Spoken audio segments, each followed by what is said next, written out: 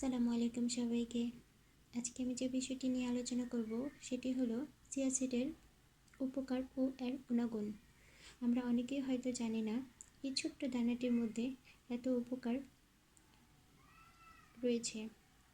তাই ভিডিওটি দেখার পূর্বে আমার চ্যানেলটাকে অবশ্যই সাবস্ক্রাইব করে দেবেন।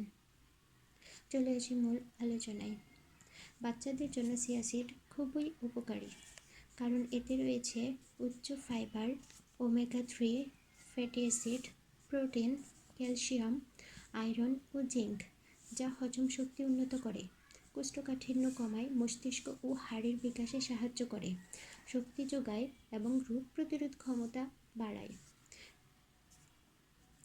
এতে থাকা আয়রন, ক্যালসিয়াম, প্রোটিন, জিঙ্ক শিশুর সামগ্রিক বৃদ্ধি ও এনার্জি এবং লোহিত রক্তকণিকা তৈরিতে গুরুত্বপূর্ণ ভূমিকা রাখে। অন্যান্য পুষ্টি উপাদান এর রোগ প্রতিরোধ ক্ষমতা বাড়াতে সাহায্য করে। তাই দেরি না করে আপনার বাবুকে আজই এই চিয়া সিডটি খাওয়ানো শুরু করে দিন। এই চিয়া সিডটি কিন্তু ছোট বড় সবার জন্যই বেশ উপকারী।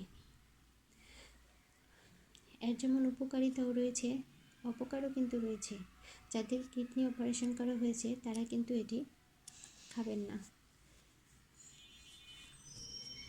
চলে আসি শিশুদেরকে কীভাবে এটি খাওয়াবেন।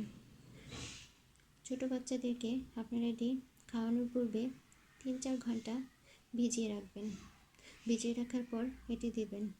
এটির মধ্যে এত উপকার রয়েছে বলে যে খুব বেশি পরিমাণে খাওয়াবেন সেটা কিন্তু নয়। 1 চামচের বেশি এটি কোনোভাবেই খাওয়াবেন না, বড় হোক বা ছোট হোক। দিনে 1 চামচই যথেষ্ট। আজকে আমি আমার বাবুকে 10 মাসের বাবুকে আমি যেভাবে চিয়া সিডটা খাইয়ে থাকি তাই আপনাদের সাথে শেয়ার করব।